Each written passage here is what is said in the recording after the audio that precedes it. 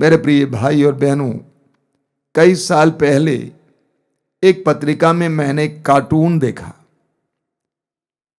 Cartoon कुछ इस प्रकार था, एक हाथी खड़ा है और उसके सर पर एक कौवा बैठा हुआ है।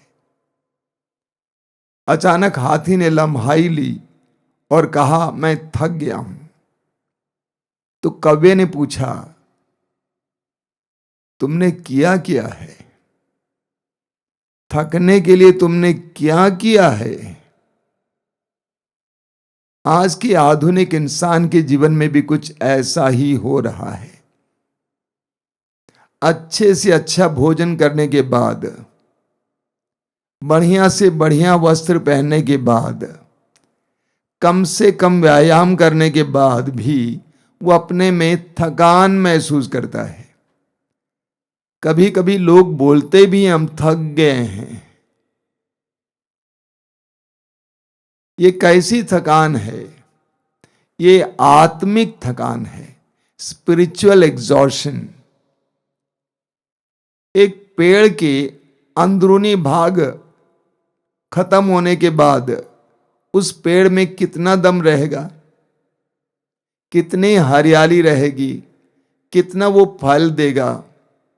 जब हमारे अंदर भी अंदर से ऊर्जा समाप्त हो जाती है तो हमारे अंदर थकान आ जाती है। यह एक आध्यात्मिक थकान है, आत्मिक थकान है, स्पिरिचुअल एग्जॉर्शन है। प्रार्थना हमारे आध्यात्मिक थकान को मिटाती है।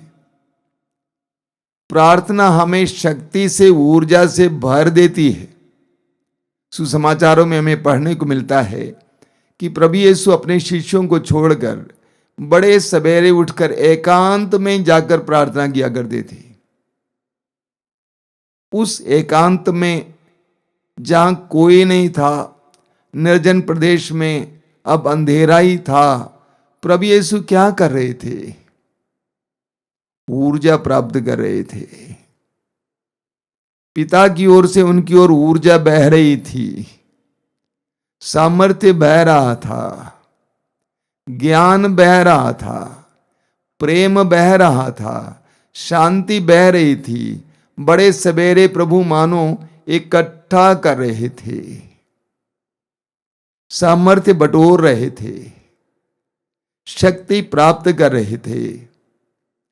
हमारे आश्रम में बहुत सारे भाई बहन आते हैं दूर दूर से। मैं मुश्किल से 10-15 मिनट उनसे बात करता हूं। उसके बाद मैं कहता हूं कि आप अधिकतर समय प्रार्थना में बिताइए। प्रार्थना में बिताने के बाद वे कहते हैं कि हमको लगता है कि हम भर गए हैं, ऊर्जा मिल गई है, शांति मिल गई है। हमें इस्यास नबी के ग्रंथ के अध्याय 40 उसके वाक्य 30 और 31 में इस प्रकार पढ़ने को मिलता है, जवान भले ही थक कर चूर हो जाएं और फिसल कर गिर पड़ें, किंतु प्रभु पर भरोसा रखने वालों को नई स्फूर्ति मिलती रहती है। वे गरुड़ की तरह अपने पंख फैलाते हैं, वे दौड़ते रहते हैं किंतु थकते नहीं, वे आगे बढ़ते हैं पर शिथिल नहीं होते। वचन में लिखा हुआ है, जवान भले ही थक कर चूर हो जाएं और फिसल कर गिर पड़ें, किंतु प्रभु पर भरोसा रखने वालों को नई स्फूर्ति मिलती रहती है। इसका अंग्रेजी में अनुवाद है, those who wait for the lord. प्रभु पर भरोसा रखने वाले नहीं, those who wait for the lord, यानी प्रभु की प्रतीक्षा में जो रहते हैं,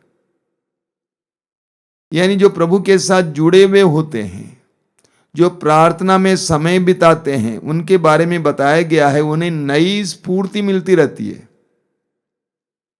एक एक पल जो आप प्रार्थना में बिताते हैं, वे पल ऐसे हैं जब आपकी ओर ईश्वर का सामर्थ्य बहता है, ईश्वर की शक्ति बहती है। जो प्रभु के साथ जुड़े रहते हैं, प्रभु की प्रतीक्षा में रहते हैं, प्रभु पर भरोसा रखते हैं, वे नई स्फूर्ति प्राप्त करते रहते हैं प्रति पल, प्रति दिन। आगे क्या लिखा हुआ है, वे गरुड़ की तरह अपने पंख फैलाते हैं, वे गरुड़ की तरह अपने पंख फैलाते हैं,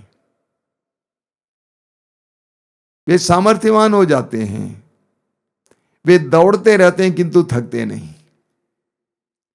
उनके अंदर सामर्थ्य रहता है, शक्ति रहती है, कितना भी काम करे थकते नहीं है। क्यों? अंदर ऊर्जा है, अंदर सामर्थ्य है।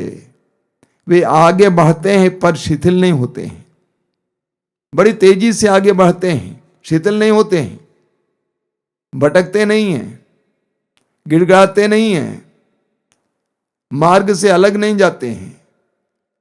वे दौड़ते रहते हैं, थकते नहीं। वे आगे बढ़ते हैं पर शिथिल नहीं होते हैं। कौन? जो प्रभु पर भरोसा रखने वाले होते हैं, जो प्रभु की प्रतीक्षा में होते हैं, जो प्रभु के साथ जुड़े हुए होते हैं। हम प्रभु यीशु के शिष्यों को उदाहरण लेंगे।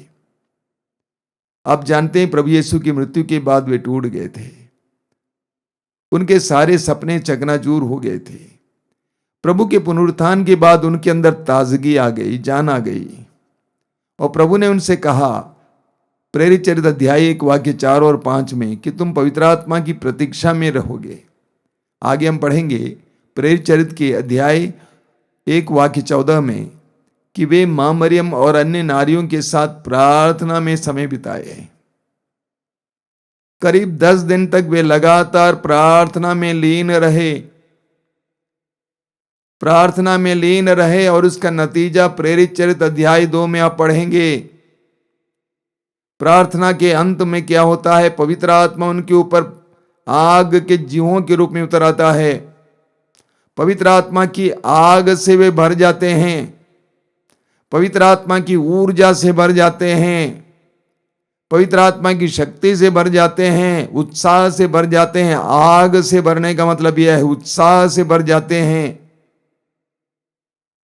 प्रेरित चरित्र अध्याय 1 वाक्य 8 में प्रभु ने उनसे कहा था जब पवित्र आत्मा तुम पर उतरेगा तो तुम्हें सामर्थ्य मिलेगा, मेरे साक्षी बनने के लिए सामर्थ्य मिलेगा। और सचमुच ऐसा ही हुआ। प्रार्थना, लंबी प्रार्थना के बाद जब पवित्र आत्मा से वे भर गए, वे पूरी तरह से बदल गए। जो डरे हुए थे उनका डर मिट गया, जो अपने भविष्य के बारे में बहुत ज्यादा महत्वाकांक्षी थे वो मिट गया, जो अशांति थी वो मिट गई। वे पूरी तरह से सामर्थ्यवान हो गए, शक्ति से भर गए। कई वर्ष पहले मैं एक सिस्टर को जानता था, एक धर्म बहन को जानता था। जब वे मेरे पास आए उन्होंने कहा कि ऐसा है कि मैं सुबह उठ नहीं पाती हूं।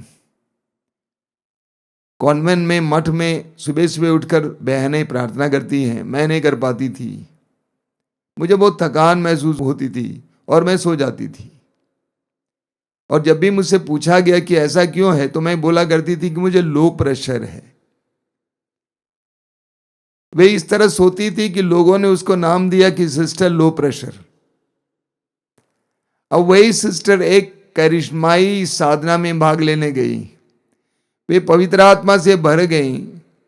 उसके बाद वो लो प्रेशर नहीं रही, उसके बाद वो हाई प्रेशर हो गई, यानी बहुत एक्टिव हो गई, सक्रिय हो गई। उसके अंदर सामर्थ्य आ गया। बहुत सारे लोगों के अंदर सामर्थ्य नहीं है, बहुत स्लो होते हैं, धीरे से चलते हैं, धीरे से काम होता है, बहुत स्लो, डैम स्लो। करने की इच्छा नहीं होती है, पता नहीं कैसे दिन भर सोए रहते हैं, टीवी के सामने बैठे रहते हैं, नशे में रहते हैं, जीने की ललक नहीं होती है। आप जानते हैं कि हमारे आश्रम में दर्शन भवन में लगातार आराधना चलती रहती है। कुछ क्षणों के लिए सफाई के लिए आराधना बंद की जाती है, वरना आराधना चलती रहती है। और रात्रि में जागरण के लिए हमारे कई गांवों से बहनें आती हैं, प्रार्थना के लिए आती हैं, प्रार्थना करती हैं। एक साथ 4-4 जन, 5-5 जन, 10-10 जन बैठते हैं। रात भर प्रार्थना करने के बाद उनसे पूछा जाता है कि कैसा लगता है। वे बोलते हैं कि हमें नई ऊर्जा मिल जाती है, ऐसा लगता है कि जैसा कि हम कुछ बटोर रहे हैं। वहां पे प्रार्थना के द्वारा हमें नई ऊर्जा मिल जाती है।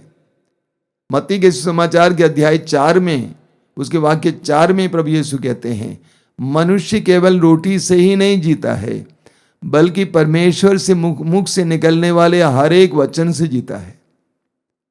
मनुष्य केवल रोटी से ही नहीं जीता है, बल्कि परमेश्वर के मुंह से निकलने वाले हर एक वचन से जीता है। इस बात को भूलना नहीं। प्रभु यीशु ये बात अपने 40 दिन और 40 रात के उपवास और प्रार्थना के बाद घोषित की।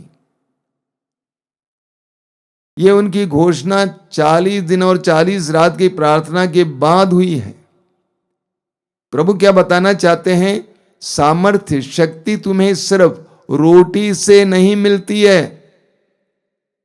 शक्ति और सामर्थ्य के लिए हमें ईश्वर की ओर अपने हृदय और मन को उठाने की जरूरत होती है।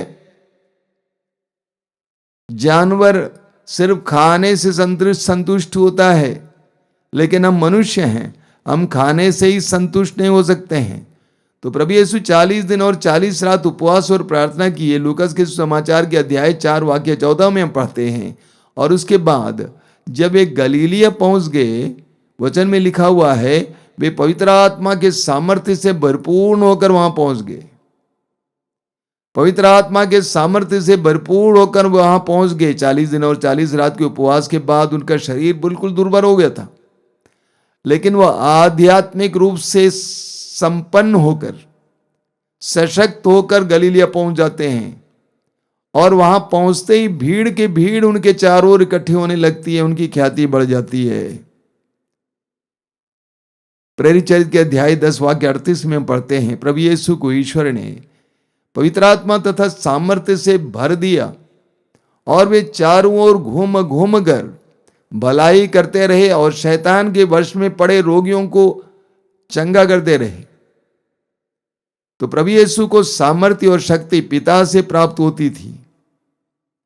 प्रार्थना का तात्पर्य क्या है?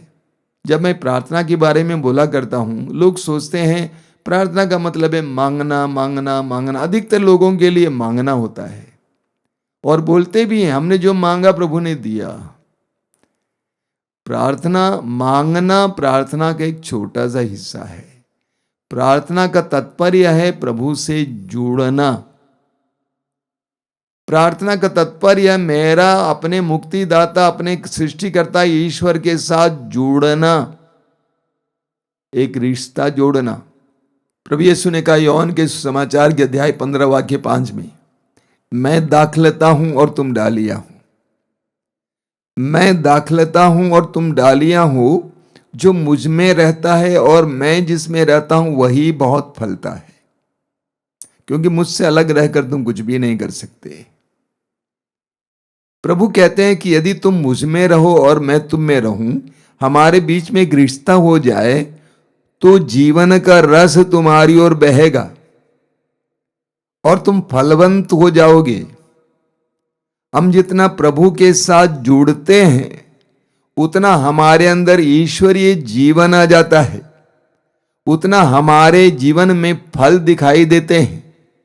एक बहुत गहरा रहस्य प्रभु यीशु ने छोटे से दृष्टांत के द्वारा हमारे सामने रखा है। अगला वचन लीजिए, यूहन्ना अध्याय 15 वाक्य 6 में प्रभु कहते हैं जो मुझसे जुड़ा नहीं रहता है वो सूखी डाली की तरह काट दी जाती है और वो डालियां सूख जाती हैं, लोग उन्हें बटोर लेते हैं और जला देते हैं, उसका विनाश हो जाता है। जो प्रभु के साथ जुड़े नहीं रहते हैं उनकी क्या दशा होती है? वो सूख जाती है। सबसे पहले लोग उसको काट देते हैं, वो सूख जाती है, कट जाती है, सूख जाती है और लोग उसको बटोर लेते हैं और जला देते हैं। कई लोगों के जीवन में मैं यही देखता हूं, उनके जीवन में फल दिखाई नहीं देते हैं। आज वचन रिकॉर्ड करने के लिए आने से पहले एक भाई से मुझे फोन मिला, काफी दूर से, मसीही भाई हैं, बहुत ही प्रभु के प्रति समर्पित, कलीसिया के प्रति समर्पित भाई। 4 बच्चे हैं और चारों बच्चे अपने अपने ठिकाने पे हो गए हैं और बोलता है कि प्रभु की कृपा से सब कुछ है और मैं उदारता पूर्वक प्रभु को देता भी हूं, क्योंकि मेरे पास जो कुछ है वो प्रभु का दिया हुआ है। जब हम प्रभु के साथ जुड़े नहीं रहते हैं तो हम लोग सूख जाते हैं। इतने सारे भाई बहन मेरे कमरे में आ जाते हैं दूर दूर से, विशेष करके मसीही भाई बहन। मैंने देखा प्रार्थना के अभाव में कितने परिवार सूख रहे हैं। ईश्वर ने बहुत सारे वरदान दिए, अच्छी खासी नौकरियां दी, लेकिन परिवार सूखते जा रहे हैं, केवल इसलिए कि वे अपने प्रभु ईश्वर के साथ जुड़े हुए नहीं हैं। यूहन्ना अध्याय 15 वाक्य 16 पढ़िए, वाक्य 6 बार बार पढ़िएगा। यूहन्ना अध्याय 15 वाक्य 6, सूख जाते हैं। हमारे आश्रम के खाने के कमरे के सामने कुछ चमेली के पौधे हैं, बहुत साल पुराने पौधे हैं। 10-15 साल पहले उस पर कोई फूल नहीं लगते थे, तो मेरे साथ जो सहयोगी थे, मैंने उनसे कहा कि इसको सब काट के निकाल दीजिए, इसको सब उखाड़ के फेंक दीजिए, ये जंगली है। उन्होंने कहा कि मुझे एक बार मौका दीजिए, और उन्होंने लोगों से कहकर उसको कुड़वाया चारों ओर से और उस पर खाद लगाया। आप जानते हैं, आज उसी चमेली के पौधों में अच्छे अच्छे फूल निकलते हैं। छोटा सा उदाहरण है, मनन कीजिएगा। हमारे जीवन में फल दिखाई देने के लिए प्रभु के साथ जुड़ना अनिवार्य है। लूकास के सुसमाचार के अध्याय 24 वाक्य 49 में प्रभु यीशु ने अपने शिष्यों से कहा, तुम लोग तब तक शहर छोड़कर नहीं जाना जब तक कि तुम ऊपर की शक्ति से संपन्न ना हो जाओ। तुम लोग तब तक शहर छोड़कर नहीं जाना जब तक कि तुम ऊपर की शक्ति से संपन्न ना हो जाओ। ये ऊपर की शक्ति क्या है? पवित्र आत्मा की शक्ति। हमारी नीचे की शक्तियां शिथिल हो जाएंगी, टूट जाएंगी, समाप्त हो जाएंगी। सब कुछ समाप्त हो सकते हैं, लेकिन ऊपर की शक्ति बनी रहेगी। कई साल पहले हमारे बनारस में बहुत ज्यादा ठंड पड़ी थी। इतनी ठंड कि एक एक दो दो सप्ताह के लिए सूरज की किरणें दिखाई नहीं देती थी। और हमारे आश्रम में बड़े बड़े मोटे मोटे बादाम के पेड़ थे। उस ठंड में आप विश्वास नहीं करेंगे, उस ठंड में वे बादाम के पेड़ सूख गए। मैं पहले गणित समझ नहीं पाया, बाद में समझ गया। पेड़ को जिंदा रहने के लिए केवल पानी और उर्वरक काफी नहीं। पेड़ को जिंदा रहने के लिए पानी और उर्वरक काफी नहीं है, ऊपर की शक्ति यानी धूप भी उतना ही आवश्यक है। धूप भी उतना ही आवश्यक है। हमारे जीवन में कभी कभी हम सूख जाते हैं क्योंकि हमें ऊपर की शक्ति प्राप्त नहीं है, धूप नहीं मिलती है, ईश्वर के प्रेम की किरणें नहीं मिलती हैं। इसीलिए प्रभु ने कहा, तुम तब तक शहर में बने रहो जब तक कि तुम ऊपर की शक्ति से संपन्न ना हो जाओ। पुराने विधान में दाऊद का उदाहरण लीजिए। दाऊद किशोर था, उसे लड़ने की आदत नहीं थी, लड़ाई लड़ने की आदत नहीं थी। उसके सारे भाई लोग लड़ने के लिए गए थे, लेकिन वो तो घर पे था। लेकिन उस दाऊद ने, हम पढ़ेंगे सामुएल के पहले ग्रंथ के अध्याय 17 में, दाऊद ने गोलियत जैसे एक योद्धा को, बहुत बड़े योद्धा को मार गिराया चिकने पत्थर के सहारे। ये ऊपर की शक्ति है, ये दैविक शक्ति है, ये आंतरिक शक्ति है, ये ईश्वर के द्वारा दिया गया सामर्थ्य है। मेरे प्रिय भाई और बहनों, विशेष करके मेरे छोटे भाई और बहनों, आप में से कई लोग काफी प्रतिभावान होंगे, आपके पास कई प्रतिभाएं हैं, आप पढ़े लिखे होंगे, क्वालिफाइड होंगे। काफी नहीं है। आपको ऊपर की शक्ति की जरूरत है, आपको दैविक शक्ति की जरूरत है, ईश्वरीय सामर्थ्य की जरूरत है। तभी आपके जीवन में आपको सफलता देखने को मिलेगी। जकरिया के ग्रंथ के अध्याय 4 उसके वाक्य 6 में हम पढ़ते हैं। नबी जकरिया का ग्रंथ अध्याय 4 वाक्य 6 में एक बहुत सुंदर गीत है ना, न शक्ति से न तो बल से पर तेरे आत्मा के द्वारा। शारीरिक शक्ति से नहीं, भौतिक बल से नहीं, बल्कि पवित्र आत्मा के सामर्थ्य से। बहुत सारे लोग इस दुनिया में इसलिए शारीरिक रूप से भी बीमार हैं, मानसिक रूप से भी बीमार हैं, क्योंकि वे अंदर से खोखले हैं। अंदर से खोखले हैं, अंदर की ऊर्जा नहीं है। जब पेड़ के अंदर का हिस्सा सूख जाता है तो पेड़ पर बहुत कम फलते हैं, फल देखने को मिलते हैं, बहुत कम हरियाली होती है। हमारी भी कुछ ऐसी दशा है। इसलिए मैं प्रार्थना पर बहुत जोर देता हूं। प्रार्थना के द्वारा प्रभु के साथ जुड़ने के बाद मनुष्य के अंदर सामर्थ्य आ जाता है। एक बात मैं बार बार बोलता हूं, आपने सुना भी होगा कि हर बार जब आप प्रार्थना में समय बिताते हैं वो आपके खाते में लिखा जाता है। एक एक मिनट जो आप प्रार्थना में बिताते हैं वो आपके खाते में जाता है। आप उसके द्वारा संपन्न हो जाते हैं, आप उसके द्वारा धन बटोरते हैं। कई लोग ऐसे हैं जो प्रार्थना पर विश्वास नहीं करते, प्रार्थना नहीं करते, उनके जीवन में कोई परेशानी आ जाती है, वे बिल्कुल टूट जाते हैं, उनके पास ताकत नहीं रह जाती है। और मैं आपसे अनुरोध करूंगा, प्रार्थना में समय बिताइए, ईश्वर से सामर्थ्य पाइए, ऊपर की शक्ति से संपन्न हो जाइए।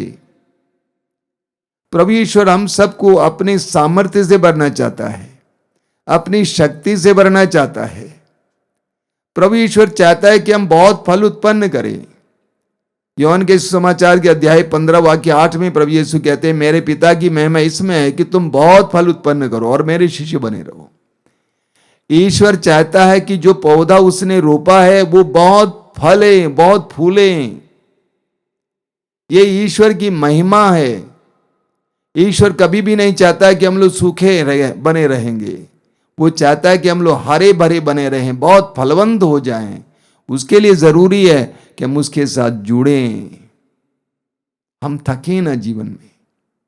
मैं अक्सर लोगों से बोला करता हूं, लोग मुझसे पूछते हैं कि आप 2 बार गिर गए, हड्डियां टूट गई, अभी भी आप काम करते हैं? मैंने कहा नहीं, जब तक मैं मरूंगा तब तक मैं जीऊंगा, जब तक मैं मरूंगा तब तक मैं जीऊंगा, मैं मरकर नहीं जीऊंगा।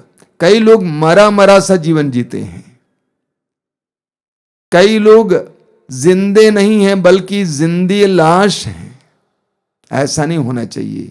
एक प्रभु के विश्वासी को हर समय जीवंत होना चाहिए, उसके अंदर वो आग होनी चाहिए, वो ताजगी होनी चाहिए, वो हरियाली होनी चाहिए। उसके लिए आवश्यक है कि हम प्रभु के साथ जुड़ें।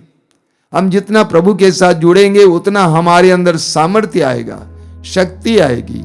आइए हम अपनी आंखें बंद करें, प्रभु से प्रार्थना करें कि प्रभु ईश्वर हमें अपने सामर्थ्य से भरे।